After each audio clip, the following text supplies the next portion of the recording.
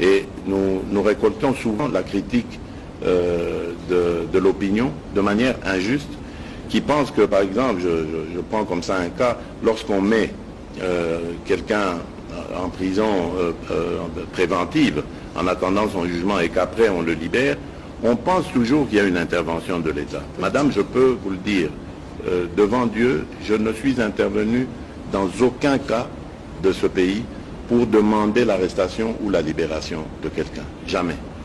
Parce que je veux que la justice soit indépendante.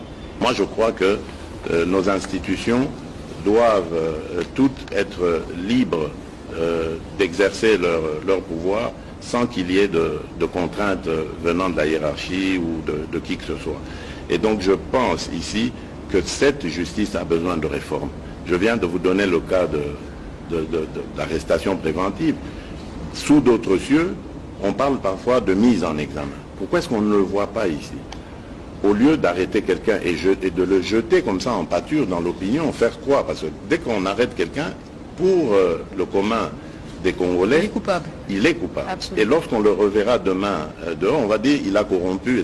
Ça peut être vrai, ça peut être faux, mais dans tous les cas, ça jette un discrédit sur la justice. Donc il faudrait une réforme. J'ai demandé des études sérieuses là-dessus.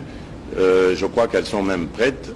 Dans les jours qui viennent, je vais vraiment faire une sortie avec le Conseil supérieur de la magistrature pour les rencontrer et voir comment nous pouvons mettre en œuvre ces réformes. Évidemment, parmi eux, il y a de braves gens, il y a de braves femmes, il y a de braves hommes, je n'en disconviens pas, mais j'ai l'impression que tout le monde semble être dépassé par la force du mal qui est cette corruption, qui jette un discrédit finalement sur nous tous, parce qu'on pense, l'opinion pense que nous y avons tous à voir là-dedans.